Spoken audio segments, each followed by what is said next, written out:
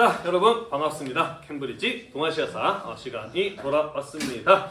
자, 오늘 우리가 배울 한국사의 내용은요, 무엇이냐면은 경제적 구국운동이라고 하는 주제가 되겠습니다. 외세의 경제적 침투와 이권 약탈, 자원 약탈 등에 맞서서 우리나라를 경제적으로 구하고자 하였던 노력의 사례들에 대해서 이번 시간에 함께 이야기를 해보고자 합니다. 자, 우리가 지난 시간에 배운 내용이 무엇이었냐면요, 강화도 조약이 체결되고 난 이후에 일본을 비롯한 여러 열강들에 의해서 어떠한 경제적인 침투가 있었고 우리나라의 자원과 이권이 어떻게 빼앗기게 되었는가라는 것에 대해서 지난 시간에 이야기를 했었습니다. 그죠? 자, 지난 시간에 배웠던 내용을 한번 정리해 보면서 이번 시간에 배울 내용을 간단하게 짚어보도록 하겠습니다. 자, 우리 지난 시간에 이런 이야기를 했어요. 강화도 조약이 체결되고 그에 따른 부속 조약들이 체결이 되면서 일본 상인들이 들어와서 개항장을 중심으로 거류지라고 하는 곳을 중심으로 무역을 하게 되었다라고 이야기를 했습니다. 우리는 그런 것을 일컬어 거류지 무역이라고 이야기를 했었죠. 그죠? 자, 거류지 안에서 일본 상인들은 영사재판권을 인정받았고 관세도 안 내도 됐었고 항세도 안 내도 됐었고 곡식을 곡물을 자유롭게 사갈 수 있었을 뿐만 아니라 일본 화폐의 사용도 인정받았습니다. 가능했어요. 그죠? 자, 그래서 일본 상인들은 이러한 특권들을 이용을 해서 조선 시장에 영국산 면직물을 많이 팔았고 또한 곡물이라든지 쌀이라든지 콩, 소 가죽과 같은 것들을 많이 사가는 것이 바로 이 시기에 이루어졌던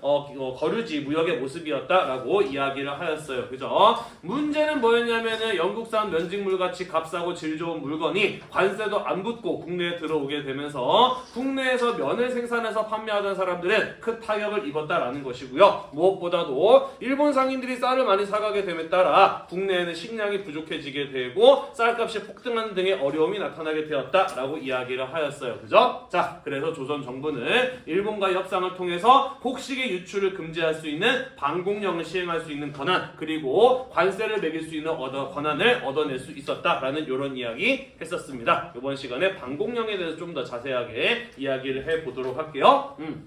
자, 한편 1882년 이모군란 이후에 조선과 청나라 사이에는 조청 상민 수륙 무역장정이라고 하는 조약이 맺어지게 되는데 여기에서 청나라 상인들에게 내지 통상권이라고 하는 권한을 주게 됩니다. 내지 통상권이라고 하는 게 무엇이었냐면은 그 이전에 일본 상인들은 거류지 안에서만 활동할 수 있었다라고 한다면 청나라 상인들의 경우에는 직접 조선의 시장에 진출해서 소비자들과 직접 만나서 물건을 사고 팔 수 있는 권한을 얻어낸 거, 그게 바로 내지 통상권이었다라고 이야기를 하였어요. 그죠? 자, 그래서 일본 역시 이 내지 통상권을 얻고 싶어 했기 때문에 조선과의 협상을 통해서 일본 역시 최혜국 대우를 얻어내고 내지 통상권을 얻어내게 되고 조선에게는 방공령과 관세 부과의 권한을 주는 이런 협상이 이루어진 게 바로 1883년의 조일통상장정이라고 하는 것이었어요. 자, 그래서 그 이후에는 일본 상인과 청나라 상인들이 시장에 직접 들어와서 장사를 하게 됩니다. 그러면서 조선의 전통적인 상인들이 이들과의 경쟁에서 패하게 되면서 경제적인 큰 피해를 입게 돼요. 그래서 우리나라에서 장사할 수 있는 권리를 지켜내자라고 하는 움직임이 나타나게 되니 그게 우리가 좀 이따가 살펴볼 상권수호운동이라고 하는 것이에요.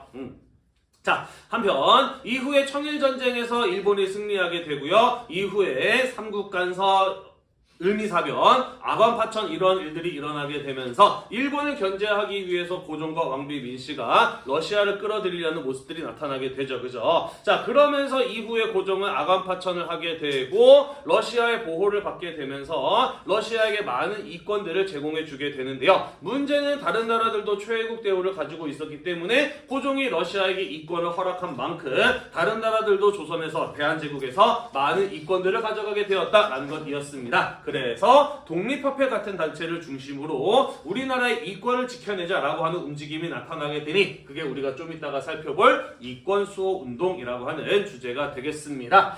자, 마지막으로 이후에 러일전쟁에서 승리한 일본은 을사늑약을 맺어서 대한제국의 외교권을 박탈하고 통감부라고 하는 것을 만들어서 외교권을 대신 행사하고 나아가서 조선의 대한제국의 내정에 깊숙이 관여하게 됩니다. 특히 일본의 경우에는 그 이전에 제1은행이라고 하는 은행을 조선에 설치를 하면서 점차 조선의 금융에 대해서 장악해 나가는 모습을 보였고, 특히 러일전쟁 이후에는 메가타 같은 사람에 의해서 화폐정리 사업 같은 것들이 이루어지게 되면서 제1은행이 대한제국의 재정을 장악해가는 이런 모습들이 나타나기도 합니다. 나중에는요, 이 통감부가 대한제국에게 이런저런 이유를 들어서 더 많은 세금을 사용할 것을 강조하고, 대한제국이 돈이 없다고 하니까 일본에서 차관, 돈을 빌려오게 해서 그런 것들을 행하게 한 이후에 조선이 대한제국이 돈을 제때 갖지 못하자 대한제국의 재정을 장악해 나가는 이런 모습을 보이게 됩니다. 그래서 이에 맞서서 우리도 은행을 만들자라고 하는 모습들이 나타나게 되고요. 나아가서 일본에게 진 빚을 갚아서 일본의 경제적 지배로부터 벗어나자라고 하는 움직임이 나타나게 되니, 그게 우리가 이번 시간에 마지막으로 배울 국채보상운동이라고 하는 주제가 되겠습니다. 자, 그러면 이 네 가지 주제에 대해서 하나씩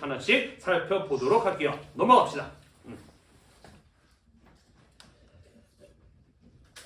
네, 같이 한번 살펴보도록 할게요. 자, 방공령이라고 하는 것은 무엇이었냐면은 곡식의 유출, 수출을 금지할 수 있는 명령을 가지고 방공령이다라고 이야기를 했습니다. 자, 강화도 조약 이후에 개항이 이루어지게 되자 일본 상인들이 들어와서 거류지를 중심으로 무역을 하게 되었고, 많은 양의 쌀을 사갔다라고 이야기를 했어요. 쌀을 사간 이유는 무엇 때문이었다라고 이야기를 했냐면, 일본의 산업 발전을 위해서는 쌀값을 낮출 필요가 있었기 때문에 조선에서 많은 쌀을 사간 것이었다라고 이야기를 하였어요. 그죠? 자, 그런데 때마침 흉년 같은 자연재해가 겹치게 되면서 그야말로 조선 안에는 먹을 것이 부족한 상황이 나타나게 되었을 뿐만 아니라 그나마 있는 쌀마저도 값이 너무 비싸지게 되는 이런 어떤 식량 문제가 나타나게 되었다라는 것이죠. 자, 그래서 조선 정부 입장에서는 일본으로 쌀이 마구 수출되는 이러한 상황을 막을 수 있는 무언가가 필요하다라고 생각을 하게 되었습니다. 라는 것이죠. 자, 때마침 1882년에 임오군란이 일어나게 되고, 이후에 청나라가 내지 통상권을 가져가게 되면서 일본 역시 그 내지 통상권을 가지고 싶어 했다라고 이야기를 하였어요. 그죠? 자, 그래서 1883년에 조일 통상장정이 맺어지게 되면서 일본은 최혜국 대우를 통해서 내지 통상권을 가져가게 되고, 조선은 관세를 부과할 수 있는 권리와 반공령을 시행할 수 있는 권리를 얻어내게 되었다라고 이야기를 했었습니다. 기억이 나시나요? 네, 고맙습니다. 자, 그래서 1884년부터 전국 각지에서 각 지방의 통치를 담당하였던 지방관들에 의해서 무수히 많은 수십 건의 반공령들이 시행되는 모습을 볼 수가 있었습니다. 반공령이 이렇게 많이 시행되었다라고 하는 것은 그만큼 일본으로의 쌀 수출이 어떠하였다라는 것을 말하는 것인가요? 그렇죠. 그만큼 많은 양의 쌀이 일본으로 빠져나가고 있었다라고 하는 것을 보여주는 증거이기도 하죠. 여기 지도에서 보는 것처럼 주로 일본 상인들이 바닷가에서 무역을 하면서 쌀들을 많이 사갔기 때문에 이런 바닷가 지역들을 중심으로 수차례 반공령이 선포가 되는 이런 모습들을 볼 수가 있었다라는 것이죠. 자, 한편 이 반공령의 시행으로 인해서 일본과 조선 사이에서 외교적인 마찰 같은 것들이 빚어지기도 합니다. 대표적인 사례가 1899년 과 1890년에 있었던 황해도 그리고 함경도에서의 반공령 사건이 이었어요. 자, 어떤 일이 있었냐면은 뭐 대충 이야기하자면은 이런 이야기였습니다. 자, 일단은 황해도 같은 경우에는 개항장이 없었기 때문에 사실 이 황해도 관찰사 입장에서는 조일 통상장정은 우리랑 무관하다라고 생각을 했어. 그래서 미리 사전에 예고 없이 반공령을 시행을 하기도 했습니다. 자, 이게 뭔 말이냐면요, 사실 반공령을 시행할 수 있는 권한을 얻어내긴 했습니다만은 그래도 일본 상인들이 미리 준비할 수 있는 시간이 필요했기 때문에 반공령을 시행하기 위해서는 한 달 전에 미리 통보해야 된다라고 하는 조건이 붙어 있었어. 하지만 이 황해도의 관찰사의 경우에는 우리는 개항장이 없으니까 상관없겠지라고 생각을 하고 미리 사전 예고 없이 반공령을 시행을 했던 거예요. 또 어떤 일도 있었냐면은 여기 함경도의 관찰사의 경우에는 분명히 한 달 전에 미리 반공령 시행한다고 일본에게 통보를 했는데 행정적인 어떤 문제가 발생을 하게 되면서 한 달 넘어서 한 3주 전이었나? 아무튼 한 달이 시간이 충분히 안 됐을 때 일본에게 통보가 지연되는 이런 일이 벌어지기도 합니다. 자, 그러면서 일본 쪽에서는 이러한 일들은 모두 우리의 조약에 위배되는 일이다 라고 하면서 조선 정부에게 따지고 그에 대해서 책임지고 사과하고 피해에 대해서 물어낼 것을 요구하게 됩니다. 결국 이러한 일본의 압박에 의해서 조선 정부는 피해에 대해서 보상금, 배상금을 지불을 하고 방공령을 없었던 일로 하는 철회하는 이런 일들이 종종 벌어지기도 하였어요. 자, 그래서 방공령은 어느 정도 일본으로의 쌀 수출을 막는 데 효과는 있었습니다만은 방공령 시행하다가 일본에게 사과하고 배상하는 이런 일들이 벌어졌어요. 그 이후에 방공령을 자신 있게 시행할 수 있었을까 없었을까? 아무래도 조금 걱정이 돼서 자유롭게 시행하기가 어려웠겠죠. 그죠? 그래서 실상 나중에 시간이 점차 지나게 됨에 따라 방공령은 일본으로의 쌀 유출을 막는데 그다지 효과적이지 못한 이런 모습을, 이런 한계를 보이기도 합니다. 이해가 되시나요? 네. 그만큼 일본과 조선 사이에서의 쌀 수출 문제는 상당히 민감한 문제였다는 것을 또 알 수가 있다라는 것이에요. 넘어가겠습니다. 자, 상권수호 운동으로 가보도록 할게요. 자, 앞에서 선생님이 이야기했던 것처럼 임오군난 이후에 일본과 청나라 상인 모두 내지 통상권을 얻게 되었다라고 이야기를 하였습니다. 자, 그러면서 외국 상인들이 조선시장에 직접 진출하게 되면서 지금까지 조선시장을 장악하고 있었던 시전상인 이런 사람들이나 아니면 거류지하고 조선시장 사이에서 중개를 하면서 큰 이익을 보고 있었던 객주 이런 상인들의 경우에는 큰 타격을 입을 수밖에 없었다라는 것이죠. 자, 그래서 이러한 외국 상인들과 경쟁해서 우리나라의 상업적인 권리를 지켜내기 위한 노력이 이루어지게 되었으니 우리는 그런 것을 상권 수호 운동이라고 한다라는 것입니다. 자, 예를 들자면은요, 객주, 여각 같은 이런 중간 상인들이 모여서 상회사를 설립하기도 합니다. 1880년대 초에 만들어진 회사들인데요. 상회사란 상업회사입니다. 어떤 식으로 만들어졌냐면 상인들이 자본을 모아 합자회사의 형태로 운영이 되는 회사들이 만들어졌어요. 합자회사란 두 사람 이상이 자본을 대어서 만든 회사를 일컬어 합자회사라고 합니다. 뭔 소린지 이해가 잘 안 되죠? 간단하게 좀 설명해 보도록 할게요. 자, 전통시장이 있는 곳에 대형 마트 들어오면은 전통시장 장사 잘 되나요? 안 되나요? 잘 안 돼요. 왜 안 되지? 마트가 왜 장사가 더 잘 되지? 그렇지, 값이 더 여러 가지 이유가 있겠습니다만, 그래서 쇼핑하기 편한다든지 뭐 여러 가지 이유가 있겠습니다만은 가장 큰 이유는 값이 싸기 때문이에요. 그죠? 그러면 마트는 왜 전통시장보다 값이 싸느냐? 왜 싸지? 맞아요. 뭐 코스트코 같은 이런 어떤 세계적인 기업들의 경우에는 한 번에 물건을 사고 파는 양이 어마어마하게 많아요. 그죠? 한꺼번에 많은 물건을 사고 파는 사람들, 기업이기 때문에 물건 값을 훨씬 더 싸게 팔 수 있다라고 하는 강점을 가지고 있는 것이죠. 그러다 보니까 중소규모로 장사하는 상인들 입장에서는 도저히 낼 수 없는 가격으로 이 사람들이 판매가 가능했던 것이에요. 그죠? 자, 그래서 이러한 일본과 청나라의 대기업 진출에 맞서기 위해서는 우리나라의 전통적인 상인들도 돈을 모아서 그들의 규모와 걸맞는 큰 회사를 만들어서 장사를 할 필요가 있었던 겁니다. 이해가 되시죠? 자, 그래서 여러 전통 상인들이 함께 모아서 회사를 만들었으니 그게 바로 대동상회라든지 장통상회와 같은 1880년대에 만들어진 상회사들이었다라는 겁니다. 이런 것들을 통해서 많은 규모의 자본을 굴리는 청나라, 일본 상인들과 경쟁을 하고자 하였다라는 것이에요. 어렵지 않죠? 자, 한편 경강상인이라고 하는 상인들에 대해서 배운 적 있습니다. 배운 기억 나나요?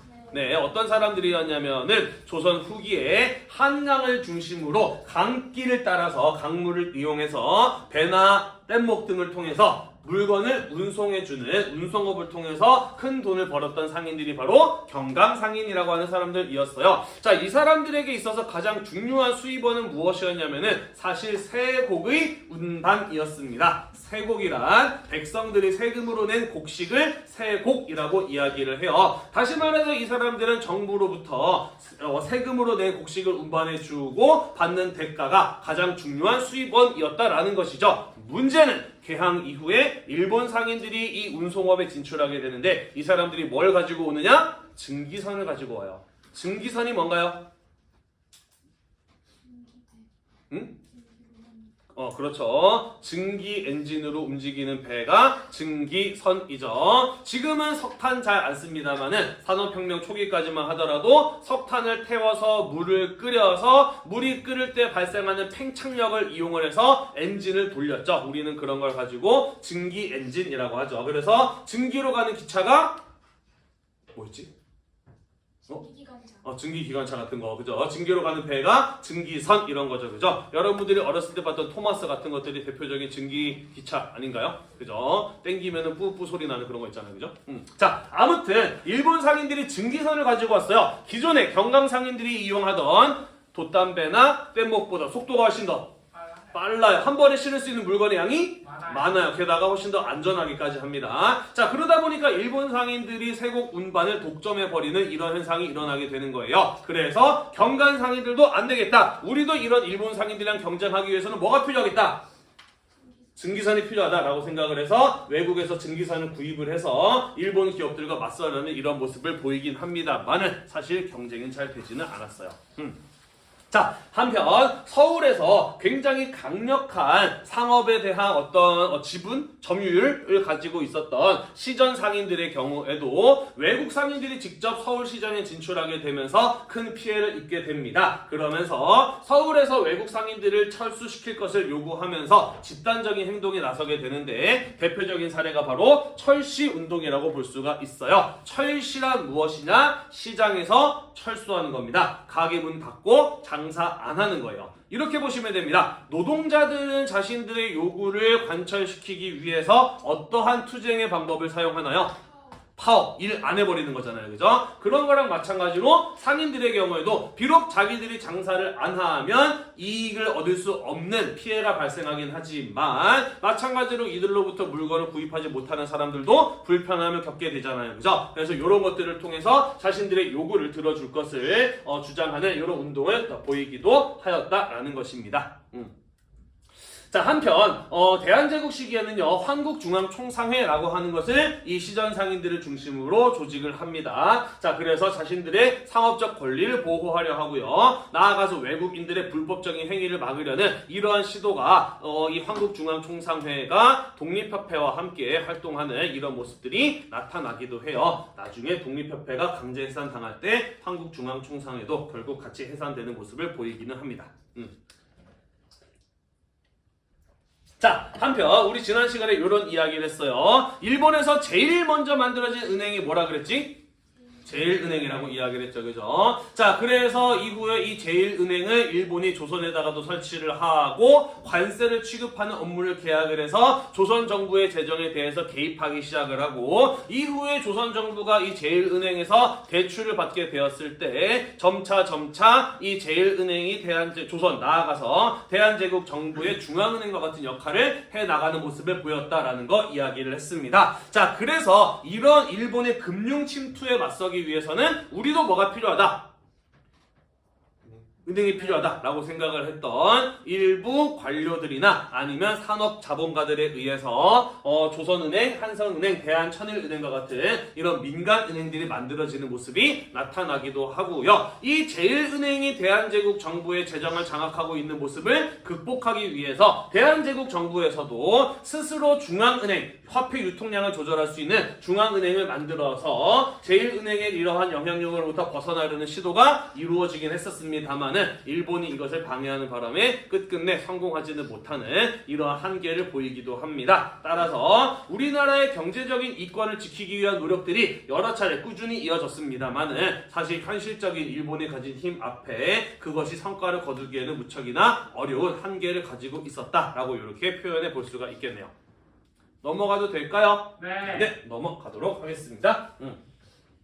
자, 이권수 운동으로 가보도록 할게요. 청일전쟁에서 일본이 승리하고 난 이후에 이 일본을 견제하기 위해서 고종과 왕비 민씨는 러시아를 끌어들이려 하였죠. 그러다가 을미사병 같은 일이 일어나게 되면서 고종은 생명의 위협을 느끼게 되고 러시아 공사관으로 피신을 하게 되었습니다. 자, 그래서 이후에 고종은 러시아를 끌어들여서 일본을 견제하려 하였고, 또한 이 고종을 러시아가 보호해주고 있는 상황이었기 때문에 고종은 러시아에게 많은 이권을 넘겨주었다 라고 이야기를 하였고요. 그러면서 최혜국 대우 같은 것들을 바탕으로 다른 나라들도 조선, 대한제국에 많은 이권들을 가져가게 되면서 이러한 이권을 빼앗기는 문제가 상당히 심각해졌다라는 거 이야기를 했었습니다. 자, 그래서 독립협회 같은 단체가 중심이 되어서 외국에게 이권을 빼앗기는 이러한 상황을 막아보고자 하였던 것이죠. 그래서 우리가 이제 배웠다시피 만민공동회라는 이름의 최초의 근대적인 민중집회를 통해서 러시아 러시아의 이권 침탈에 대해서 반대의 목소리를 내기 시작을 했었죠. 배운 기억나나요?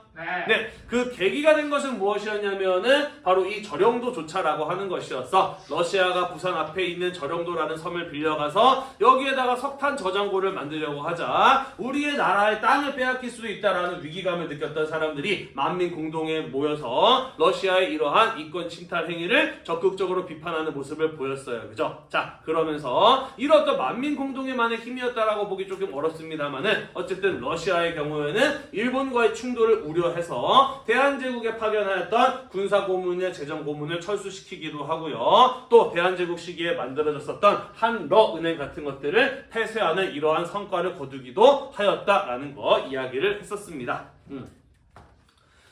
자, 아무튼 만민공동회를 통해서 독립협회는 자신들이 성과를 이뤄냈다라고 생각을 했습니다만은 사실 고종은 이러한 독립협회의 움직임을 좋아했다 그랬나요? 싫어했다 그랬나요?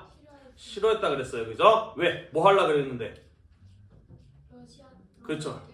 네, 러시아를 끌어들여서 일본을 견제하려 하였는데 자신의 마음도 몰라주고 반대로 움직이는 독립협회와 사이가 점차 틀어지기 시작했다라는 이런 이야기 했었습니다. 그죠? 사실 이번 시험 범위에 해당하는 부분들을 여러분들에게 수업을 하면서 그리고 최근 나오는 뉴스들을 보면서 우리나라의 상황은 예나 지금이나 크게 달라지지 않았구나라는 이런 생각들을 많이 했어요. 지금 러시아하고 우크라이나하고 전쟁을 하고 있잖아요. 그치? 그래서 우리나라는 지금 미국에 가까운 우크라이나 편을 들어야 되나 러시아 편을 들어야 되나 이런 게 굉장히 좀 민감한 문제죠. 최근에 북한하고 이 러시아가 가까워지는 모습을 보이게 되면서 또 러시아와 우리나라의 관계, 미국과 우리나라의 관계가 상당히 복잡해졌어요. 그죠?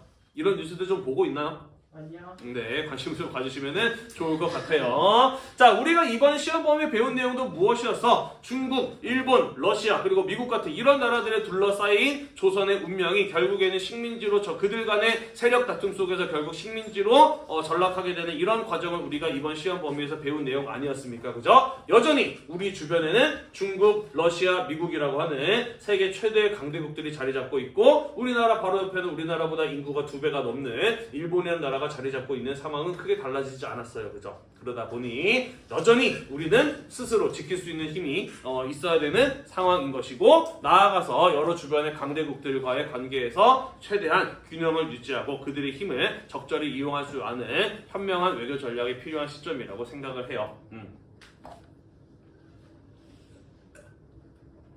자, 넘어갑시다. 이후에 독립협회는 프랑스나 독일 같은 나라들이 광산을 채굴할 수 있는 권리를 요구했을 때 이런 것들을 막아내는 성과를 거두기도 합니다. 나아가서 독립협회는 우리나라의 근대적인 정치 제도인 의회를 도입을 하려고 하였어요. 그게 바로 의회 설립 운동이었죠. 그 과정에서 만민공동회가 관민공동회로 바뀌기도 하였어요. 배운 기억나나요? 네. 네. 자, 그래서 의회 설립의 도입을 주장을 하면서 만민공동회 대한제국의 고위 관료들의 참여를 요구했고 결국 관료들이 참여했던 자리가 바로 관민공동회라고 하는 것이었어요. 그죠? 자, 여기에서 앞으로 대한제국의 정치를 이렇게 바꾸었으면 좋겠습니다 라고 하는 건의안을 6개의 항목으로 제출했으니 그게 바로 무엇이었냐면은 헌의 6조라고 하는 것이었어요. 그죠? 자, 그리고 그 헌의 6조 중에 가운데 2조를 보면 뭐라고 되어 있느냐? 모든 정부와 외국과의 조약에 관한 일은 각부 대신과 중추원 의장이 합동으로 서명, 날인, 도장 찍어서 시행할 것이라고 되어 있습니다. 다시 말해서 이권을 다른 나라에게 넘길 때에는 황제 마음대로 하지 말고 국민의 대표인 의회의 동의를 받아야 한다라고 하는 이런 내용을 이 헌의 6조에 집어넣고 앞으로 이러한 정치 제도가 실현되기를 요구하였다라는 것이에요. 이것을 보면은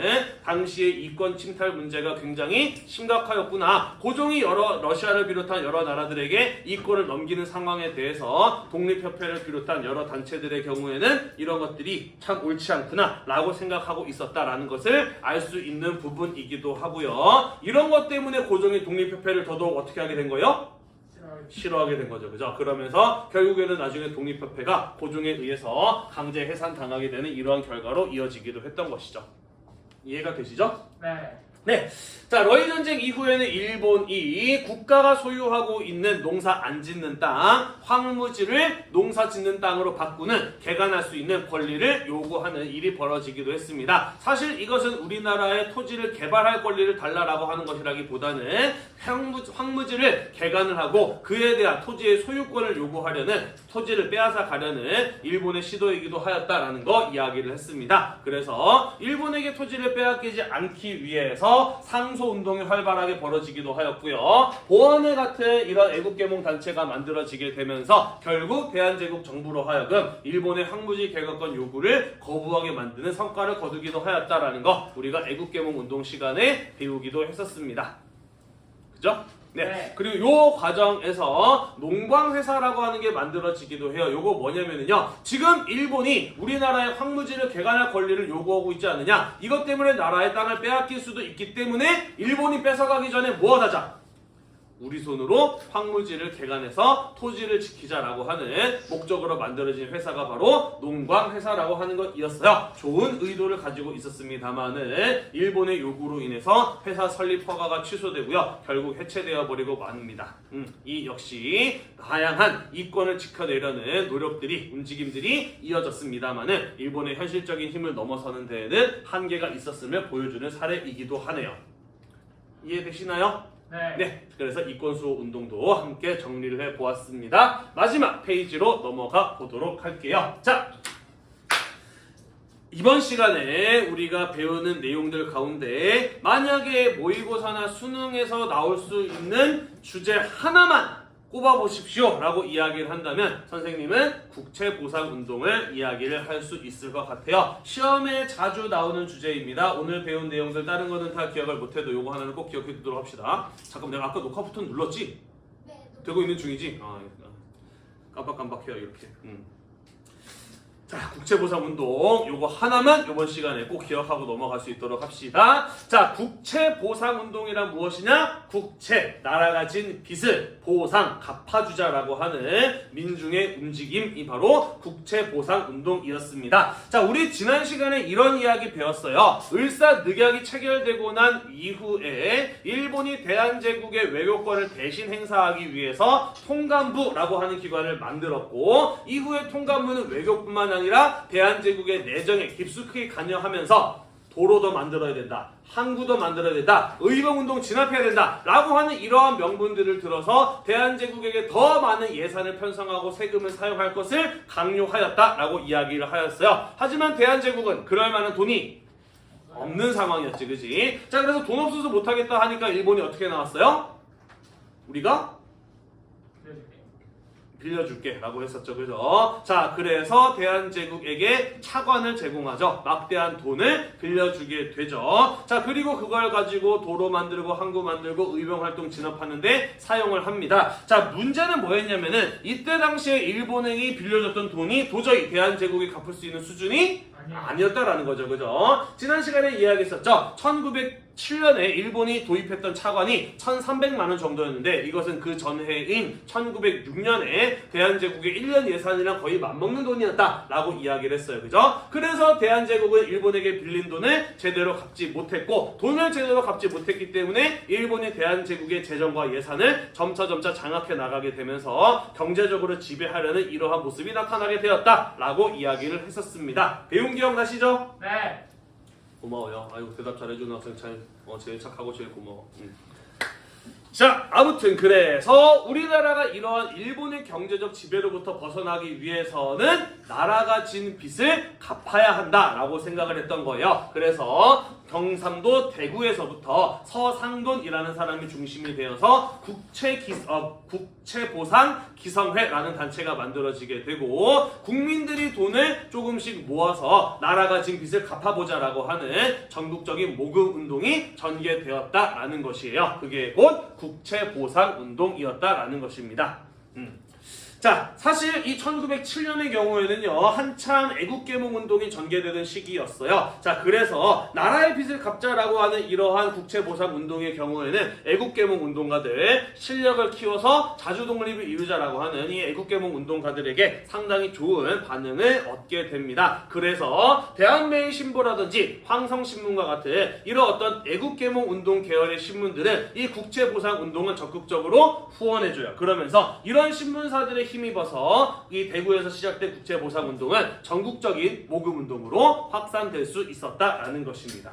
자, 그러면서 남성들의 경우에는 담배를 끊고 담배 살 돈으로 나라의 빚을 갚는 국채보상기금으로 내는 이러한 모습을 보이기도 하고요. 특히 이 국채보상운동은 여성운동과도 깊은 관련이 있어요. 우리가 다음 시간에 이야기를 할 텐데 강화도 조약 이후에 서양의 근대적인 사상과 지식 이런 것들이 들어오게 되면서 사람들의 생각도 조금씩 변하기 시작을 합니다. 언제까지 우리나라의 여성들이 유교적인 이러한 압박 속에 갇혀서 사회활동도 못하고 남자가 시키는 대로 살아야만 하는가 라고 하는 이런 어떤 문제의식, 여성의 권리 신장에 대한 의식 이런 것들이 조금씩 성장해 나가기 시작을 합니다. 자, 그러면서 국채보상 운동 시기에 오게 되면은요, 비록 여성들은 남자들처럼 의병활동 같은 거 할 수는 없지만 이렇게 십시일반 돈을 모아서 나라를 구하고자 하는 운동에는 여성들도 적극적으로 참여할 수 있지 않느냐라는 이런 목소리가 나오게 됩니다. 자, 그러면서 여기 나와 있죠. 읍내에 거주하던 정씨 부인이 은가락지 한 쌍을 냈다라는 기록이 나와 있는데 이것처럼 여성들의 경우에는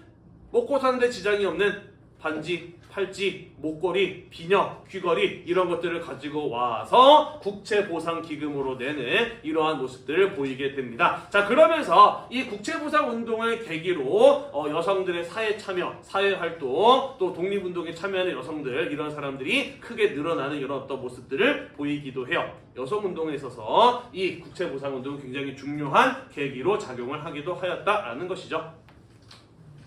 이해되나요? 네, 하지만 이러한 모습을 일본 통감부가 가만히 보고 있었을 리는 없어요. 그래서 방해 공작에 들어가게 됩니다. 자, 대한매일신보는 상당히 적극적으로 국채보상 운동에 동참하고 있었는데요. 이때 이 대한매일신보의 발행인이었던 양기탁 배운 기억나나요? 네. 이번에 우리 기말고사 1번 문제도 양기탁 문제였는데, 네, 아무튼 이 양기탁 씨를 공금 횡령 혐의로 체포해서 기소합니다. 재판에 넘겨요. 실제로 공금 횡령이 뭔가요? 그렇죠. 사람들이 국채를 보상하기 위해서 모은 돈을 빼돌렸다라는 혐의로 이 양기탁을 체포해서 구속 기소했다라는 것이죠. 자, 실제로 이 양기탁이 국채 보상 운동에서 모인 기금을 뒤로 빼돌리려고 했을까? 아니요. 사실 그러지는 않았어요. 그죠? 하지만 일본은 이렇게 한 겁니다. 어떤 효과가 벌어졌을까? 실제로 양기탁은 구속이 되었고 재판을 받았습니다만은 무죄로 풀려 나오게 돼요. 하지만 국채보상운동을 주도했던 대한매일신보의 양기탁이 공금 횡령 혐의로 체포되었다라는 소식이 전해지게 되면서 어떤 일이 벌어지게 되었을까? 사람들의 반응은요? 안 좋아요. 그렇죠. 뭐야, 나라비 갖는다더니 뒤로 돈 빼돌리려고 했던 거야? 속았네? 실망스럽네? 라는 이런 어떤 배신감을 느끼게 되었겠죠. 그죠? 그러면서 이 사건을 계기로 국채보상운동 중단되어 버리고 맙니다. 결국 목표액에 한참 모자라는 얼마였지? 한 13만원 정도가 모금이 되고 그치는데 말았던 것이 바로 이 국채보상운동이라고 하는 사건이었습니다. 네, 하지만 우리는 이 국채보상운동을 통해서 나라를 구하고자 하는 당시 사람들의 열망이, 애국심이 얼마나 뜨거웠는가 이런 사실들을 또 확인해 볼 수가 있는 것이기도 하죠. 이해되셨나요? 네. 자, 우리 이렇게 해서 이번 시간에 우리나라를 경제적으로 침략하고 지배하려 하였던 외국의 시도에 맞섰던 경제적 구국운동의 사례들에 대해서 시기별로 쭉 이어서 살펴보았습니다. 다음 시간에는요, 개항 이후에 서양의 근대적인 지식과 문물들이 들어오게 되면서 한반도에 살았던 사람들의 생활의 모습이 어떻게 바뀌게 되었는지 이런 내용들을 마저 이어서 살펴보고요. 2024학년도 1학기 한국사 수업을 마무리 지어보도록 하겠습니다. 오늘도 공부하느라 대단히 고생이 많으셨고 이 수업이 영상이 여러분들의 공부에 도움이 되셨다면 구독과 좋아요 잊지 말고 눌러주세요. 수고했습니다.